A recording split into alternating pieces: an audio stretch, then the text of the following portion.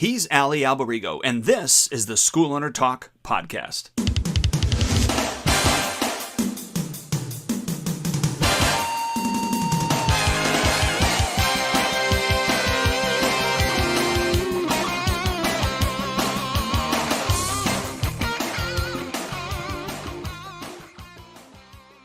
Hello again, Dwayne Brummett here with Ali Alberigo, SchoolOwnerTalk.com. Good morning, Ali. Good morning to you, Dwayne. I'm glad to be with you again, even though we were with each other just yesterday on another podcast.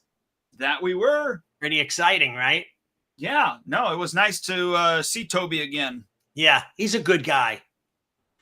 I always liked him ever since the first time I met him. Like, he always was really just real kind of stand-up, friendly, honorable person. Like, I've never felt that he wasn't true to what he said. No, I totally agree. Yeah, I totally agree. So that's good. But yeah, it was nice to reconnect with him. I saw him back in July in Orlando when I was there for a conference there for Maya, and he was a part of he was there for the tournament that was there. I'm trying to think of was it the U.S. Open, whatever it was. He was part of that as well, so he was there and stuff. So. Outstanding. That's very cool. But speaking of events, we just ran our New York Tournaments Award Banquet Hall of Honors dinner on Sunday that just passed. We had like 450 award recipients and guests. It was just amazing. Like, what a night of positive energy, and schools and their students. It was just a fun day. And that starts our circuit. And our circuit starts the first tournament of the year is February 25th. And we've already got tons of signups already.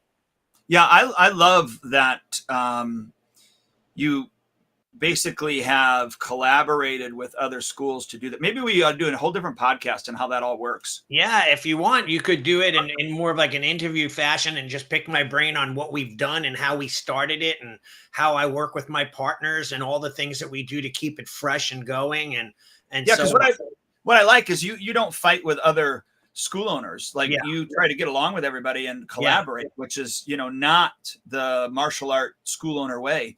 Right. It's funny. I have, we have a gymnastics studio that we rent out in a little portion of my building. I have a little room that this lady does gymnastics, right? So she's often, her clientele is in my lobby sitting there. And one of the moms had her son with them, and he had on our competitor's t-shirt. And so I said, you're not allowed to sit in our lobby with that t-shirt. She says, that's not true. I talked to the owner of our school, and he says that you're the nicest guy in the world and you guys get along great. And he literally is like a mile and a half from me.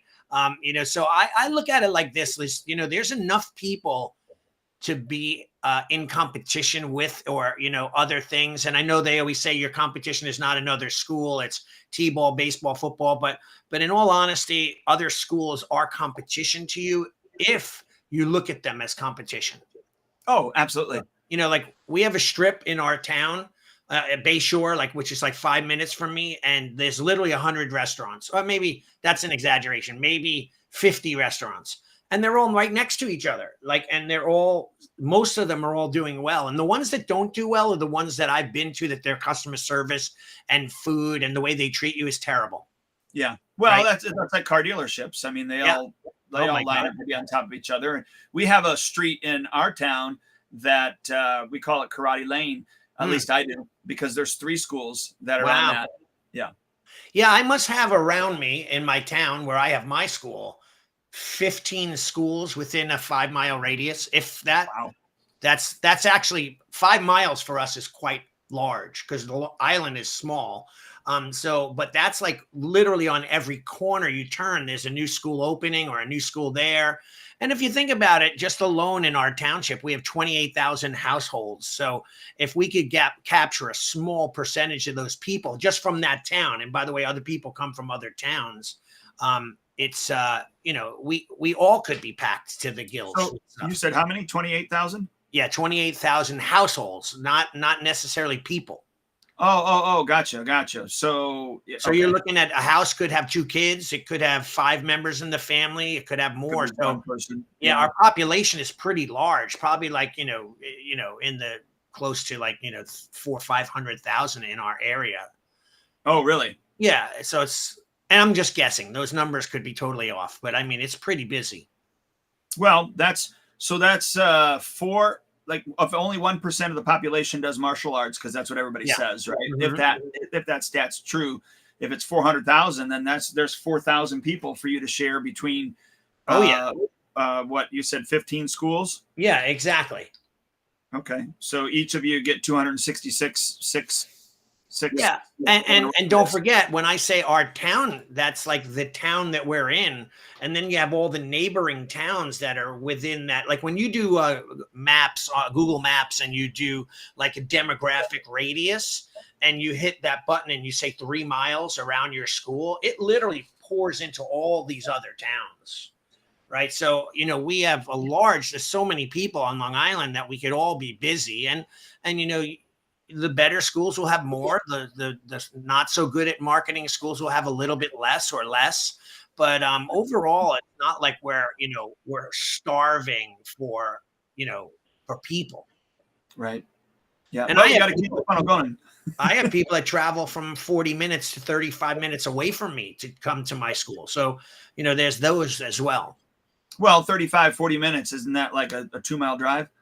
No, no, we don't always all have traffic like we use. That could be if you're coming from the city, but Right. but like by you, it's more rural, so people probably travel further, right? They Like do. they don't mind doing it. Like when my buddy had a school in Colorado and I would go visit him and stay with him at his house, we would want to go get Starbucks in the morning. It was a 40-minute ride to the Starbucks. Like, going to the supermarket was 40 minutes, a restaurant an hour.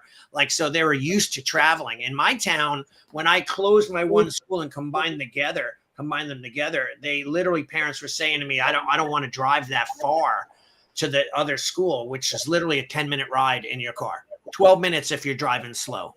Sure. Maybe 10, 15 miles, if that. And that's nothing really, but people didn't want to do it. And I understand some of them are so tightly scheduled that they're dropping off a daughter at dance, and then they drop their kid off at karate. They come back around and pick up the daughter, come back to the kid. Like they have this intricate schedule, and it's all based on convenience and time. Yeah, absolutely. So we have a good call. You want to introduce what we're talking about?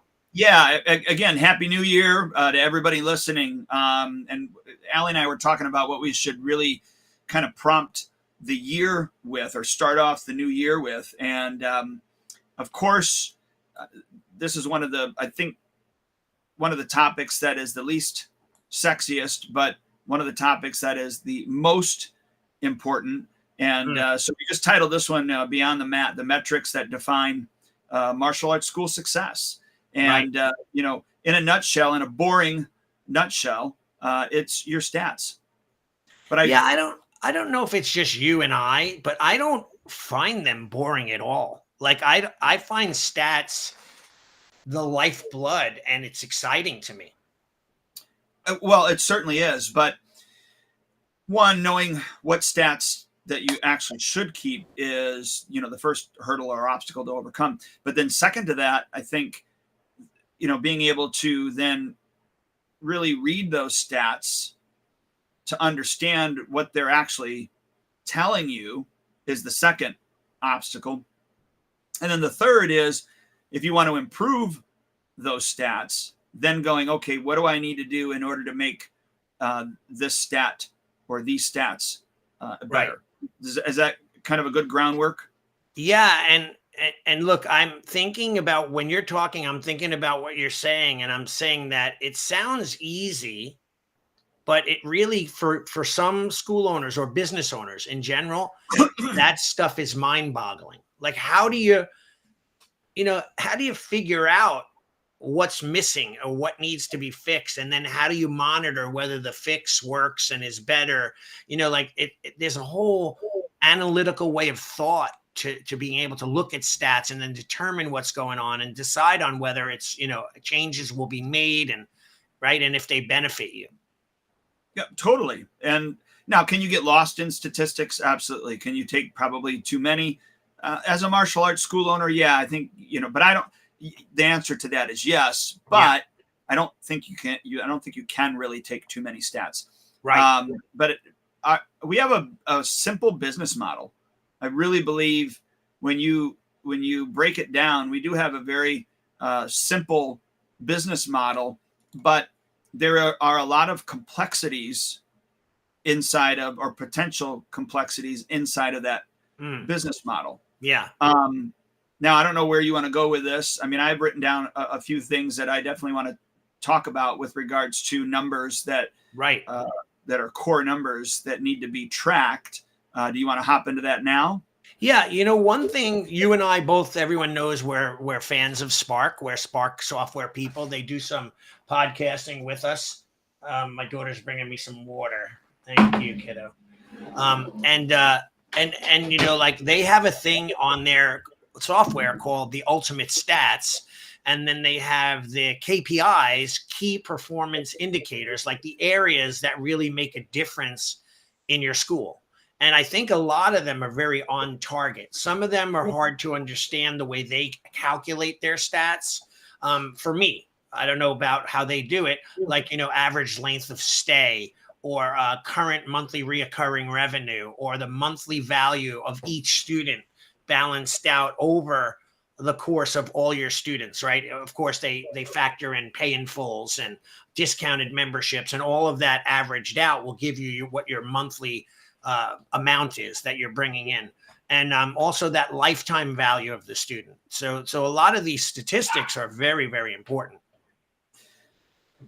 Okay, but we say that they're important. The question would be why? Why is, and I'm not saying we need to answer this right just yet, but why is the lifetime value of a student, knowing what that number is, why is that important? You see where I'm going with that, right? I do. And that's why a lot of people don't do their stats. Yeah. So let's kind of jump into some of the key stats. Okay. So as a business owner, not just a martial arts school owner, but as a business owner, one of the very first stats I believe that you should be keeping is the amount of leads that you get. Okay. Now, that can be broken down into a couple of categories as well, though, because you have total leads, but then you also have web leads. Right. And there's a difference. And so your web leads, obviously come from your website. They come from, let's say, the Google or pay-per-click, Facebook ads that from your website. Yeah. Those but see, even all of those, again, we can get crazy. All of them are different. Like we had spoke about on the podcast yesterday with Toby, we brought up the fact that, we should be doing Facebook, Instagram, TikTok, maybe ads and marketing, but all of those leads, that's called interruption marketing. So those leads, percentage wise, are not going to turn in, or a lower percentage of those are going to turn into students. But your Google pay-per-click, somebody just searching the web and coming upon your Google listing and then going to your website, those have higher, because they're searching for you. There's a higher percentage of those that are going to eventually pan out to become a student. And so, like, you can get crazy with regards to tracking your leads. But I just wanted to give the overview of the fact that, when I say crazy, you can get specific. I shouldn't say crazy. You can get specific. And I think that you should do that. Now, most software programs that we have in the martial arts industry will give you total leads. They will give you web leads, but they're not going to break it down in their software on where it came from. That's going to be based upon, maybe the tags that you give them when they, go to certain pages. Does that make sense? Oh yeah, definitely. But at the very least, you need to track your total leads. And I would say you need to track your web leads. Do you agree with that? Without a doubt. I mean, if you're not tracking it, you're not looking at it, you don't know how many there are, you're not going to be able to follow up, right? There's a lot of things that could easily just get lost in the minutia of our day-to-day, right? And that's why I think it's important that if you don't have a program manager that sits at the front desk and is able to calculate and work with you and do all these things, hire a virtual assistant that you could give these tasks to for them to look at this stuff and follow up on it and so on. But it's absolutely essential for you to determine, what are the key, indicators in success of your business. If you want new students, let's just say you sign up 5 out of every 20. You could either do one of two things. Number one, you could get 40 leads instead of 20 to double your sign up ratio, or you could get better at signing people up. And then if you wanted to, at that point, now you could double your amount of leads, and now you're getting twice the amount of students. Yeah, and that's kind of where that's the reason why stats are so important. Yes. Well, okay, so you got your leads. Next one are your trials. Mm-hmm. You need to know how many of those leads are turning into trials. Mm-hmm. And then for us, we also track, and this is because of our Spark software, but we actually track the amount of people that show up for their trial. Right. Which that should be congruent, meaning show ups to trials should all be the same number. Right. I don't put them on a trial unless they show up. Yeah. And then no shows. Mm-hmm. So that's another number that we track. And then of course we track enrollments, which you kind of just brought up, meaning right. if you got 20 in the funnel and 5 sign up. Mm-hmm. So like Ali said, the reason that's so important to know is because then if you see on average, every 20 leads, you get 5 signups, like Ali said, how you solve that problem initially is you either A, get 40 leads. How can I get 40 leads in order to have 10 signups? And I would say try to do that anyways. And I'm sure Ali would agree with that. Yeah. But then B, look at your systems. Hopefully you have some. Right. And see how you can tighten up those systems in a way that, you bump your percentage rather than signing up 5 out of 20. Now you're signing up 7 out of 20. Right. But you can't even go for those goals if you don't know those numbers. Right. Right. Yeah. You see, that's the problem. And by the way, I mean, I started my school because, I needed a place to have people that I could fight with and spar with and have fun with, right? Like, I didn't really think it was going to become my way of life and my income and my livelihood and my love and total 100% passion, right? But I never in the wildest dreams did I ever think that I'd be having to check stats and monitor progress and see ratios of signups to quits and yada, yada, yada. Like, never in my life did. And I don't think that many martial arts schools do, owners that open up, they do that either, because they're not really sure. Like, they don't know what you don't know what you don't know, right? Like, so unless they had a mentor, that could teach them, then they're figuring it out along the way. Or they were in a business that they did those stats or certain those type of things before they opened up their school. Yeah, but however, check this out. Like, I owned a landscape construction company that was a very, very successful business. I was making a lot of money. I had 28 employees, et cetera, et cetera. I ran my and I was simultaneously running my landscape business and my dojo. I ran them totally against all my belief of how to run my landscape business. I ran my school the opposite way. Oh no, don't ask people for upsells. Oh no, don't sell retail. Don't do this, don't do that. Don't ask for money. If they're past due, you let them train anyway because you're a martial art team. It was just totally opposite. So I think a lot of school owners do what they open their schools and run them like they saw their teachers run them, which most of the old timers really didn't do well when it came to running a commercial viable school. True. Right. So that's it. Well, so again, we said leads, trials, showed, no show, enrollments, people that enroll. Obviously you need to track the amount of people that quit. Mm-hmm. So that you're not lying to yourself, thinking that everybody stays. Because how many times have you done that in the past, right? Yeah, nobody quits. No one quits. Yeah, or only 1% of the population. Yeah, or they're coming back. I have no problem with retention. All I got to do is get them through the door. Meanwhile, they've been at the same number for the last 7 years. and they're signing 30 people up, 40 people a year, but they haven't grown in, in 10 years. Like they don't know what they're actually losing. Yeah. And then, the other stat is if you have an upgrade or upgrades, plural, Mm-hmm. then you should be tracking how many people that was offered to, eligible for, and then that enrolled into those things as well. Right.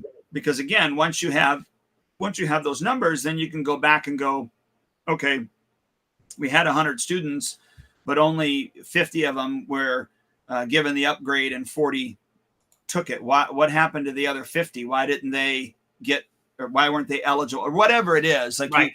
Then you can start asking yourself some important questions in order to make your business that much better.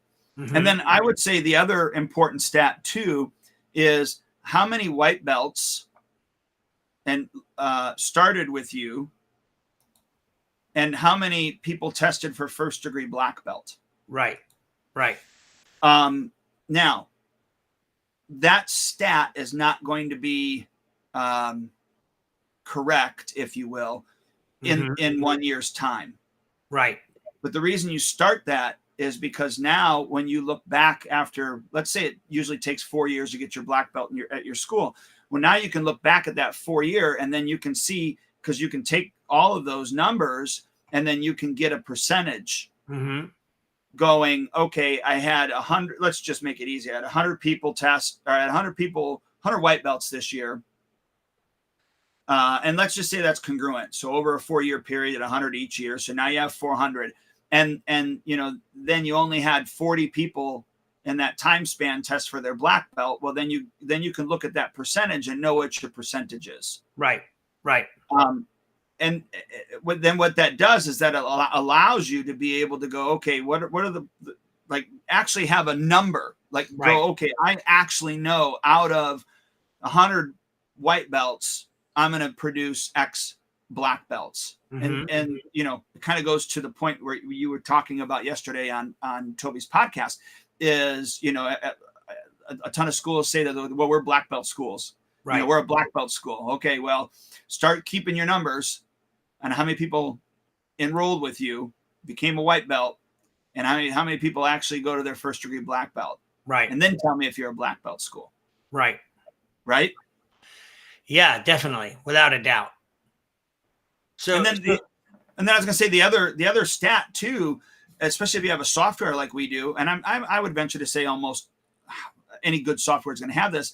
It's kind of what you talked about before. You brought up the fact that where people quit, what belt level are they at when they quit, so that you can take a look at those belt levels and see what the heck's happening at those times. Right. And or by the way, that's a huge thing.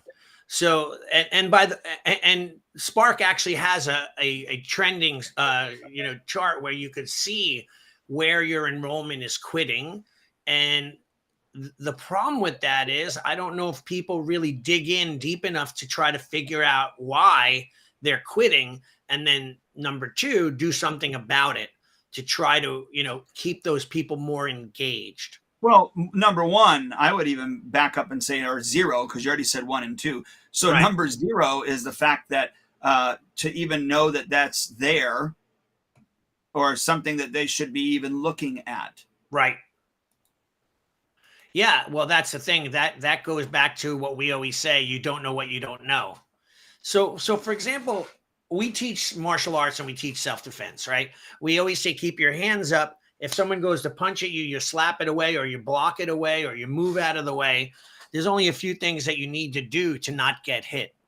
But if you're one of my students, I remember way back when, he came up to me, he was a black belt. He's like, I keep getting hit in the face. What do I do? I said, you either move or you block. Those are the only two choices, right? Third one, you punch first. Right. Yeah. So there's something to do, right? But most people don't know what to do because they don't know where the illness is, right? Like, so people are getting sick lately. A lot of people dying of all different things, that it's more so than ever, it seems, that I'm reading about celebrities and cancer and, all these weird, heart issues.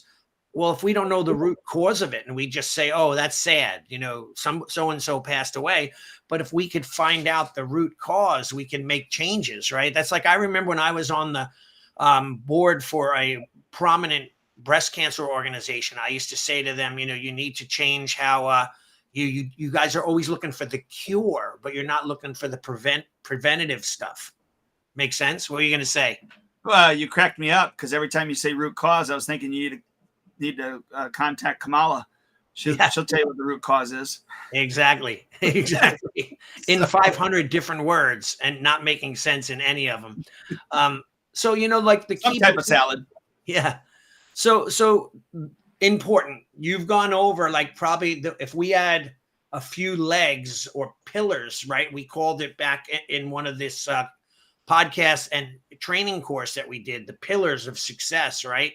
The most important thing would be new students and tracking them, knowing the term, you know, the terms to use in the different phases that they're at, prospect versus lead versus trial versus trial member to membership, right? Those are all important stats, and that alone could take most of your time because that's your bread and butter. There's only two areas that are most important in your school: is new students and existing students. That's it. Yeah. You know, you can make money at special events and retail, but keeping those students engaged and keeping them happy so that they stay longer and getting them to enroll when they're unsure initially, those are the two most important things that you need to worry about. Absolutely. And by the way, I just wanted to say, those of you that are online watching us live, you know, feel free to in the comments section, you know, put in some stats that you deem necessary as well. Right.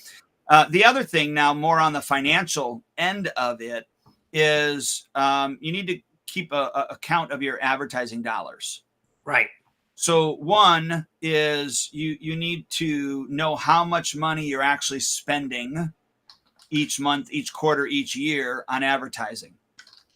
Right. Because then what you can do is you can factor in the cost for acquiring a lead, meaning now I know that it costs me, let's just say $1,000 to get X, I don't know, let's just throw out 50 leads.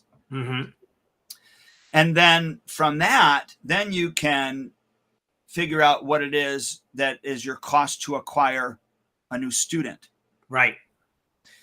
Because when you do that, here's like when I first learned this, and by the way, it was Grandmaster Hafner that turned me on to this. I think Stephen Oliver was talking with me about it, but I was he's actually thumbs up our podcast just nice. A few minutes ago. Yeah, I'm almost positive he was talking to me about it, but I wasn't listening. I just, you know what I mean? Right. You ever paid a coach and didn't listen? Yeah. That was him. And so, but learning how to take that and then knowing how much money it's actually costing me to acquire this new student. Right. Because then what that did to me is I go, wow, it's only X to acquire this new student. So if I'm putting in $1,000, what if I put in $2,000? Right. Because I was already making money to acquire those new students. I wasn't losing money. I was making money. Right. And so that allowed me to have the stats to back up the bump. Right. And putting more money into my marketing. Right. Does that make sense? Yeah, absolutely. I mean, cost of acquisition, right? That's like with any business that's out there, whether it be toothpaste or, you know, whatever, you know, martial arts or a gym, you want to find out where your cost of acquisition and what it is, right? And by the way, I think a lot of people don't realize that how, you know, they might say, I don't really advertise. Meanwhile, they have a website, they have an Instagram page, a Facebook page, they're boosting posts, they're paying for Google AdWords. Like there's so many areas that you could be spending your money. And when you take all those things and you total their monthly cost of what it costs you for the month to do all those things, and then you divide that out by the amount of leads, that gives you your cost of acquisition, right? How many people you actually got. Just Yes. for the And phone to ring. right, right. And then obviously you do the same thing with the amount of people that you signed up. Right. So, and then that gives you what you actually spent to get those. And now some people are referrals, Mm-hmm. and they didn't cost you, like they didn't come in on your advertising dollars, but you can't separate those from the bottom line because it's an Mm-hmm. average and totality is what you're looking for. Because I know I've had that discussion with some clients before is, well, what about somebody that brings in for a buddy day, or somebody else gives them a pass? They didn't really go through my advertising dollars, Right. but that you don't try to segregate those or separate those from the money piece. I mean, you can keep track of those separately so you know how many leads that you are getting from referrals. That's fine, but you don't take them out of that equation. No, and by the way, let's just pretend that they were your students VIP'd them, right? Well, those passes that you gave them to give to the students, that was paid for. So that's also part of your cost of acquisition, like the advertising cost it meant to make the flyer, make the rack card, make the VIP pass. Those things are all added in to your advertising costs. Well, back in the day when the website wasn't the true way that everybody was, getting in, because you would have to get on a phone, either the phone call, Right. like somebody would even opt in on your website, but they would just give you information. Then you'd have to call them, right? Right. So in our phone script, one thing that we did was towards the end of the phone script, we just said, hey, Mrs. Jones, we find that most of our kids enjoy the program, but also actually enjoy it a little bit more when they have a friend or a family member to do it with. Is there anybody that little Johnny would like to invite that's around his age that he'd like to invite to come in to do the trial with him? Right. And if they say yes, then you get that information and you set it up. If they say no, we just would basically say, that's all right. Sometimes that person doesn't come to mind right away. But if you do think of someone, let us know and we can have them come in and do the trial with Johnny at any time, Right. even if it is during his first class. Right. And so just by doing that, we actually lowered, not by a lot, but by a little, we lowered our advertising cost. Mm-hmm. Because now, we're spending, let's say, $1,000 and getting 50 leads. Well, now we're spending $1,000 and getting 55 leads. Right. Right. So just 5 more people, let's say, but that's just by asking that question. Right. Now, the same thing applies to us where everything is mostly digital now. But what we're doing is they are coming in and then we're talking to them right there and saying, hey, Johnny's more than welcome to bring a friend or a family member to his next class with them to do the trial. We just find that, obviously kids like the program, but they like it even more when they have somebody to train with. There's anybody that you can think of that, you'd like to bring in with little Johnny? Yeah. I mean, that's a great thing. I talk about that all the time, yet I forget to do it all the time. Right. So it's like something that, maybe here's something to think about, Dwayne. Maybe we could put it into, and when we do our automation, and well, it's in one of mine. Is it? And they get the, hey, you're coming tomorrow kind of thing. Reminder. Would you like to bring a friend? Blah, blah, blah. That's pretty smart. Yeah, it's in there. It's just it says something like, hey, just want to remind you of your second class tomorrow. By the way, if you haven't already set it up, you can bring a friend. Just let us know. Text us back and we can set that up for your friend to come in on the trial with you. That's awesome. Very cool. So so let's jump into some other things maybe, or tell me whether we could, talk about this a little.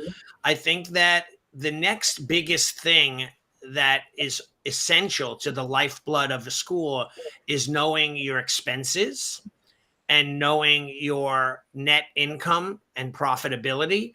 And I have to say, people that I coach, the majority of people that I coach initially, when I start coaching them, they have no clue. Some of them have rather larger schools, 200, 300 members and whatever. Some of them are smaller. But the real key ingredient for me is to know when they're running their school, what every student is paying, $150 a month, how much of that is profit based on the bulk of all their students, right? And then to know what their expenses are to the penny. Because I have a client that sometimes will say to me, I lost money this month. I'm like, no, you didn't. Your school is profitable. Well, I spent way more money. I spent $2,000 on uniforms. Well, maybe you shouldn't have spent $2,000 on uniforms. Maybe you should have bought as you went. You didn't have to buy 200 uniforms. You could have bought 20, right? And then they take money and they pay down big chunks of debt, or they buy something new, or they, like they use it frivolously. I think that that's so essential, is to be able to know what your costs are. I mean, I have an Excel spreadsheet. I know there's QuickBooks programs and other programs and all that. I love to do it manually. And I go in my checking accounts every single day. I see what bills are coming out. I put it on my Excel spreadsheet as whether it was paid for the month.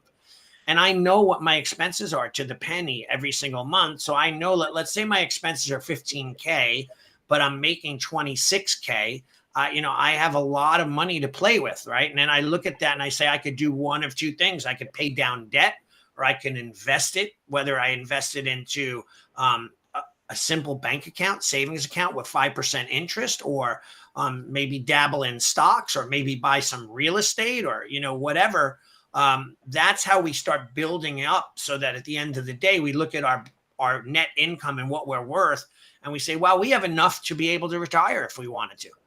Because it cost me X amount of dollars, like if I moved down to, I have a house in Florida, and if I moved to that house and sold everything I owned, I could live for the rest of my life, like really well. The expenses are so low down at that house. I think my overall cost to run that property is like $750 a month. Cheap, right?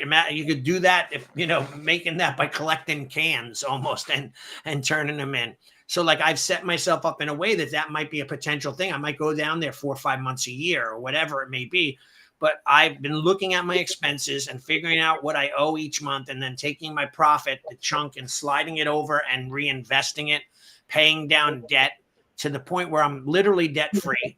I don't, people call me all the time, hey, I'm from such and such a, loan company. I'm like, I don't need money, dude. I don't need your loan. I'm good to go. And one guy was nasty. He's like, oh, okay, Mr. Cool, Mr. Moneybags. And he hung up on me. I'm like, really? That's gosh. But they don't care. They just want to sale. And if you don't go in the direction they want, they're going to be nasty. But I think that's one thing that I found as a big dilemma, is most of the schools that I coach, they don't know what it costs them to operate, the cost of doing business, CODB, right? What are your thoughts on that? No, I think that is a crucial stat. Everybody talks about how much they grossed, but the most important number, like you said, is how much did you net? Yeah, and that's what I love about Spark too. On the dashboard of their system, right, you have one main stat, and it's your, let me pull it up real quick. I forget what they call their name, is the net billing. So every month I'm looking, like I have 10 people coming up for renewal. I have 5 new, maybe 10 people out of the 10, 8 of them renewed. Now I know what my net billing is. Am I up for the month? So let's say I'm up $500 net for the month with my new students coming in and renewing students. Now I know 500 times 12 months is an additional $6,000 a year that my profitability in just that particular situation would have grown. Yeah. Yeah. Right. So I'm always looking to go forward. And then I would say the other numbers, and this kind of goes along with exactly what you're talking about with regards to expenses, is coming up with the percentages that you want to run your business on. Right. So what percentage of my gross profit am I paying to payroll? Mm-hmm. What am I willing to pay for advertising, right, for rent, and then, utilities and those type of things. Right. Because then if you run your school on the percentages, let's just say you run it on an 80%, now you have 20% left that you can always do what Allie's talking about. Or even if it's at 90% and you have 10% left, that you can always do what Allie's talking about. And I can't tell you how many school owners that I've talked to before that, at least in my opinion, percentage wise, they're paying way too much for their rent. Right. Like they're rent heavy, and they're always trying to chase Peter to pay Paul. Yeah. And if they would just adjust, see that there was a school owner one time, and I had recommended not to move into this storefront compared to where they were before. Right. But of course, we all want a storefront. At least I thought so, right? Right. We all want the storefront. We want to be seen, those type of things. And then they moved in there, and within a year they were closed. Yeah, you know what it is too. I think that it's an ego thing too. Like I want that big, 10,000 square foot facility. I want a cage. I want the bags. And then you look at it and you go like, when people come to me, and actually I work with a client. We should interview him. He's going to be a good interview, and his name is Steve. And he came to me 4 months or 5 months prior, started coaching with me before he even had a school. So we looked at building the school and negotiating. I helped him with everything, negotiating the leases and helping him design the school and build it and brand it. And it's about a year and 2 months. And I think he's at 110 or 115 students now, with solid growth continually every month. And hopefully we'll hit the goal of doing 150 to 175 this year. And he's making a great profit. We knew going in what his expenses were. He's a professional holistic healer. So he used to be in the medical field. He left that field to just teach full-time martial arts. He's an amazing guy. He speaks like 3 languages. Anyway, he's my Chinese medicine guy. I'm like, I have a pain in my hip. He's like, take this, that kind of thing. But anyway, I mean, he's making good money, and we know like where he's at right now. Within a year's time, he's already making a great living from his school. He doesn't have to worry. He's got it. He's profitable. That's like not that easy. Right. But he's running it on the percentages. He's running it on the stats and the statistics, and knowing what his numbers are and what he has to do in order to make it profitable and continue to grow it. Yeah. And we were very conscientious about rent and size of school. And I have another client. The minute I hang up with this podcast, I have another client that I do a coaching call with, and he's the same way. He's just starting. He has a small school in a small organization in a church or whatever, and we're looking for a location now. We're out meeting with realtors, and we're looking at percentages, like you said. How much do we want to pay in rent? How much do we want to pay to renovate? Et cetera, et cetera. But those numbers, the hard numbers are, bottom line is to be profitable, because how many businesses make millions? And like you look at Shark Tank. Yeah, we did 23 million in sales last year. How much did you make? Oh, we're at a $280,000 loss for the year. Like, so who cares if you're making 23 million? Unless that's going to change soon. Who wants to make a lot of money, but you're losing every month? Well, one of the most stressful things in our society is money. Yeah. And so if you can learn the stats that you need to keep, learn how to read those stats, and then learn how to improve those stats, your stress level will drop dramatically. Oh, absolutely. Your confidence level will increase tremendously. Mm-hmm. And not a false confidence, but a true confidence that comes from the stats that are backing it up. Right. Does that make sense? Totally does. You're right. What keeps me up every night is stress over money. Meanwhile, to be honest, I don't have any, but I still can't sleep at night. I worry about ridiculous, stupid things in my dreams. What if I can't pay the mortgage this month? I'm like, I have to wake up and actually literally say, Allie, none of that's real. You got to go back to sleep. You're good. You're fine. But you're right though. That's what destroys relationships. It's what makes students, parents, and families not like you anymore because of money is an issue, or whatever the case may be. Money is one of probably the worst things that ever has been as far as destroying livelihoods, right? Money is a big deal. If we had no money and we could just barter and be good, everyone would be happier. I don't know about that, just because again, that's still money. Bartering is money. Yeah. It's just a different source of revenue. Right. That's all. It's just different operating system, but it's still money. True. But then a barter system works off of your qualities, abilities, right? So like if you're the butcher, the people come to you for the meat, and then you could say, okay, well, you own a seed shop, so I'll take this, like that. And you kind of, I guess it's stressful if no one's coming to you for meat, right?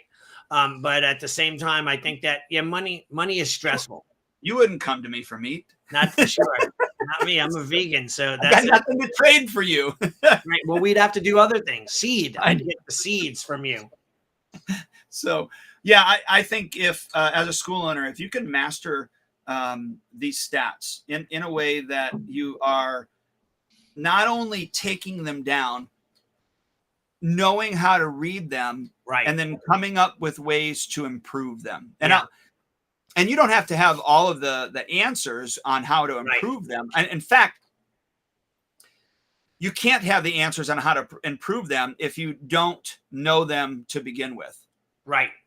And I'll just make this statement. So I was doing a check-in call with one of my health clients yesterday, and this health client was talking about the fact that when he's off work and he gets home, he always wants to eat, and it's almost time for dinner time anytime by the time he gets home. But he's like, right, well, if I eat this sugar-free cookie and this sugar-free Jello and this sugar-free blah blah blah blah, he goes, I'm lying to myself in my head, going, it's okay to eat right 500 calories of sugar-free stuff. Right.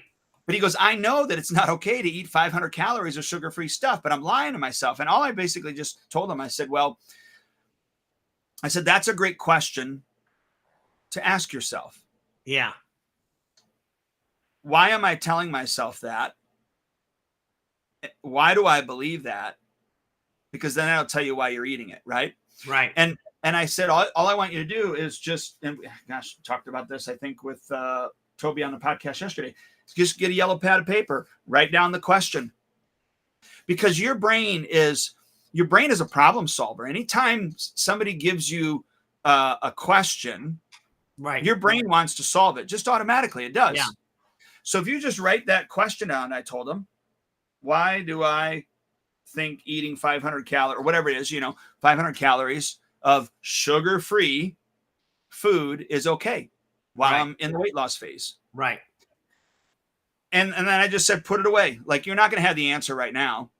Right. But let your subconscious work on it. So the reason I bring that up is because with your stats, number one, you got to keep them. Number two, you got to read them. Number three, you got to understand them. But number four, in order to improve them, then you start asking yourself the question, okay, how do I improve my closing rate? Right. How do I improve my quit rate? Mm-hmm. If you start asking those questions, you write them down and then just, okay, this is my idea right now, and then walk away, and then come back and then write the next idea that hits you and walk away. Or if you're like me, I now probably within the last year and a half, I use Notion, which is a free app. But the nice thing about it is I've got like I created a shortcut on my phone. Mm-hmm. And it's a mobile capture. And then all I got to do is I can click on it, and then I can put my thought or idea right in there. And then it sits in there until I'm ready to use it and move it to wherever I need to move it. Right. So it's not just a piece of paper anymore. Right. Because sometimes, how often are we not in front of a piece of paper? Right. We're in the shower. We're on the toilet. We're somewhere else. And it's like, oh my gosh, I got this idea. Boom. I just throw it in there. Great. But all of that just to say, you'll come up with the answer when you ask yourself the right question. Right. But you cannot ask yourself the right question without the right metrics. Mm-hmm. I like it. That's awesome. So look, we're almost done and out of time, right? We covered a lot of stuff. Number one, we covered how to categorize your students in phases, leads, prospects, etc.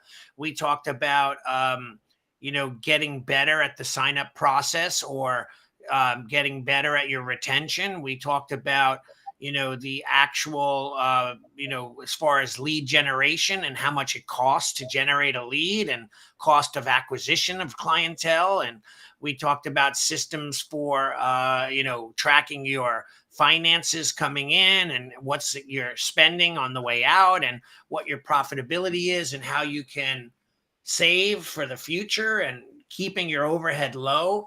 You said about not buying, or renting or getting into a school that's way too expensive so that you have to churn X amount you have to have 150 students just to break even.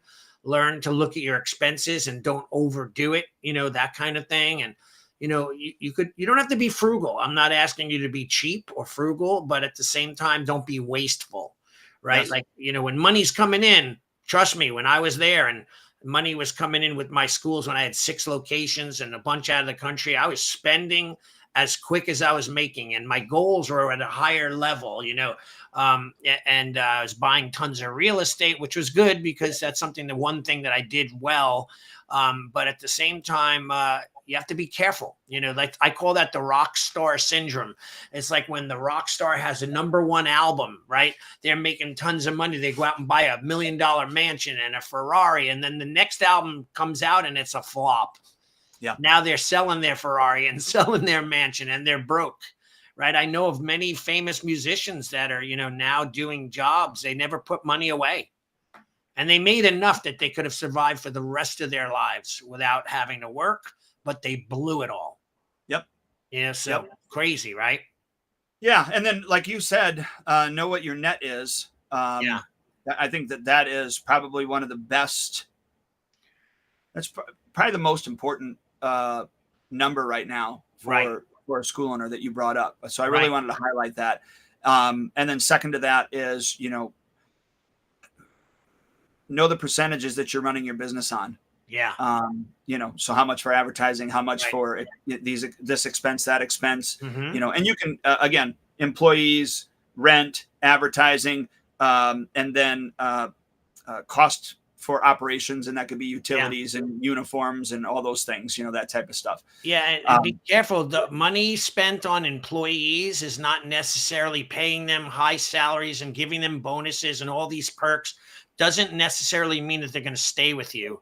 So be very careful, because I've had those people where I've bought cars for as a Christmas present and, given them retirement packages and all this stuff. And I don't know them anymore. They don't stay in touch with me. I lent one guy money to buy his home, and they don't even talk to me. Him and his wife were both my black, but they don't even talk to me anymore. Like, it doesn't matter. So what I'm saying is, don't think that just because you're doing that and giving people a lot of money that it's going to lock them in or make them loyal. Be careful at how you spend, right?